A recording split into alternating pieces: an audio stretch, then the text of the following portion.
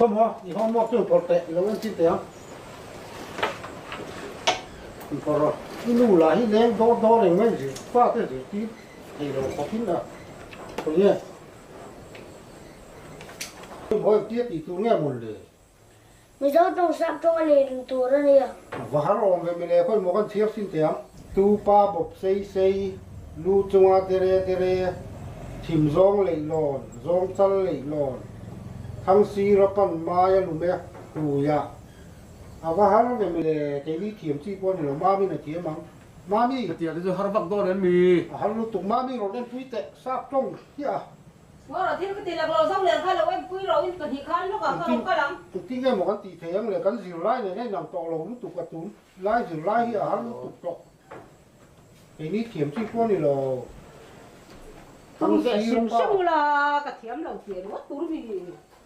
em